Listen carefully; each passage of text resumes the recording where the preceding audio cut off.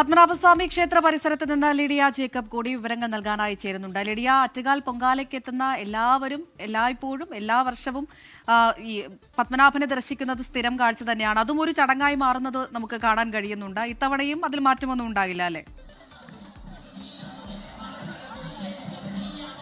അമൃത, തീർച്ചയായും ആറ്റുകാലമ്മയെ ദർശിക്കാൻ വരുന്ന, പൊങ്കാലയിടാൻ വരുന്ന എല്ലാ ഭക്തജനങ്ങളും ഇങ്ങോട്ടും കൂടി, അതായത് പത്മനാഭസ്വാമി ക്ഷേത്രത്തിലും കൂടി വന്ന് ദർശനം നടത്തിയാണ് മടങ്ങുക.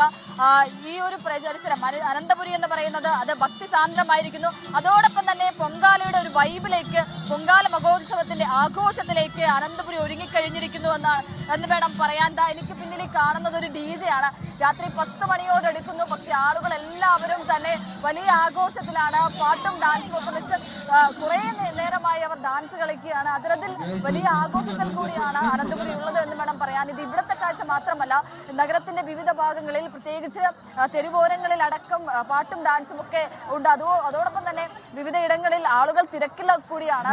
ഒരുപാട് ആളുകൾ കേരളത്തിന്റെ പല ഭാഗങ്ങളിൽ നിന്നുള്ള, ഇന്ത്യയുടെ പല ഭാഗങ്ങളിൽ, ലോകത്തിന്റെ പല ഭാഗങ്ങളിൽ നിന്നുള്ള ആളുകൾ അനന്തപുരിയിലേക്ക് ഒഴുകിയെത്തുന്നു. അവർ ഈ ആഘോഷങ്ങളിൽ പങ്കുചേരുന്നു. ഈ സന്തോഷങ്ങളിലും ഈ പൊങ്കോല മഹോത്സവത്തിൽ പങ്കുചേരുന്നു എന്നുള്ളതാണ്. ഒരേപോലെ തന്നെ ഭക്തി സാന്ദ്രമാണ്. അതോടൊപ്പം തന്നെ ഈ ഒരു ആഘോഷം കൂടിയാണ്. പ്രത്യേകിച്ച് ഓണത്തെ കഴിഞ്ഞും വിഷുവിനെ കഴിഞ്ഞും അനന്തപുരിക്കാരെ സംബന്ധിച്ചിടത്തോളം, തിരുവനന്തപുരക്കാരെ സംബന്ധിച്ചിടത്തോളം ഏറ്റവും ആഘോഷം എന്ന് പറയുന്നത് ഈ പൊങ്കാല മഹോത്സവം തന്നെയാണ്. അതിന്റെ ഉച്ചസ്ഥായിയിലേക്ക് എത്തുന്നു എന്ന് വേണം പറയാൻ. ഏതാനും മണിക്കൂറുകൾ മാത്രമാണ് നമുക്ക് ബാക്കിയുള്ളത്. ഒരു സമയത്തേക്ക് അടുക്കുമ്പോൾ ഇതിന്റെ തിരക്ക് എന്ന് പറയുന്നത് അത് വലിയ ഒരു തിരക്കിലേക്ക് പോകും. ഏകദേശം 40 ലക്ഷത്തിലധികം ആളുകളെയാണ് നമ്മൾ പ്രതീക്ഷിക്കുന്നത്.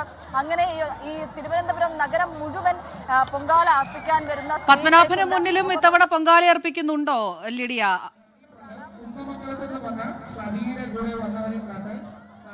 പത്മനാഭന് മുന്നിലും ഇത്തവണ പൊങ്കാല അർപ്പിക്കുന്നുണ്ട് എന്നുള്ളത് കൂടിയാണ്. ഈ പരിസരത്തൊക്കെ, പത്മനാഭസ്വാമി ക്ഷേത്രത്തിന്റെ പരിസരത്തൊക്കെ പൊങ്കാല അടുപ്പുകളൊക്കെ അവിടെ ഇവിടെയായി ഒക്കെ നിരന്നു കഴിഞ്ഞു. പക്ഷെ എന്നാൽ കൂടിയും ഈ പത്മനാഭസ്വാമി ക്ഷേത്രത്തിൽ ദർശനത്തിനായി വരുന്ന ആളുകൾ, ഈ ആറ്റുകാലമ്മയ്ക്ക് പൊങ്കാല അർപ്പിക്കാൻ വരുന്ന ആളുകൾ അതുപോലെ തന്നെ പ്രിയപ്പെട്ടതാണ് ഇവർക്ക് ഈ പത്മനാഭനും.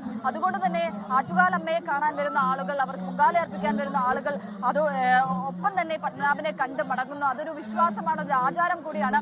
ഈ ഒരു പൊങ്കാല എന്ന് പറയുന്നത് ഒരുപാട് ആചാരങ്ങളുടെ, ഐതിഹ്യങ്ങളുടെ ഒരു സമയമാണ്. അത്തരത്തിൽ ഒരു ചരിത്രത്തിന്റെ ഭാഗം കൂടിയാണ്. നമ്മളും ആ ഒരു ചരിത്രത്തിന്റെ ഭാഗമാവുകയാണ് എന്നുള്ളതാണ് ഏറ്റവും പ്രധാനപ്പെട്ട കാര്യം.